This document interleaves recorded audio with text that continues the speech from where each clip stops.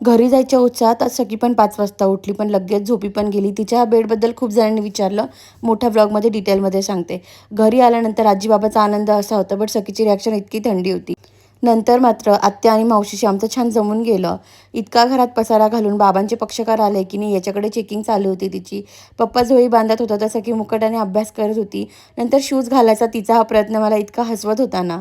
By the way हा आहे माझा घरातला सगळ्यात आवडता कॉर्नर, माझावाला मिरर. जिथे प्रेग्नन्सीत मी खूप सारे रील्स शूट केले होते. आज त्याचीच एक झलक. सखीला मस्त तिच्या खेळण्यांचा पिटारा सापडला होता. पण या सगळ्या सोडून 20 वर्षापूर्वी आजी-बाबांनी आणलेली ही गाडी जिथे कोणाला हात लावू देत नव्हते, सखीने त्याचं हार्डली 20 मिनिटात पूर्ण पोस्टमॉर्टम केलं. मग थोडं घर झाडायचं कौतुक करून आजीचं पैंजण हवं म्हणून शेजारीच जाऊन बसली. पापासोबत बुलेटवरनं चक्कर मारून आली आणि सखीमध्ये 360 डिग्री चेंज झालाय. फक्त आजी-बाबा बाजू घ्यायला आहे म्हणून सखी आल्यापासून इतकी नाटक करते ना, याचे फायदे की तोटे ते मला कळत नाही. भेटूयात पुढच्या व्लॉगमध्ये.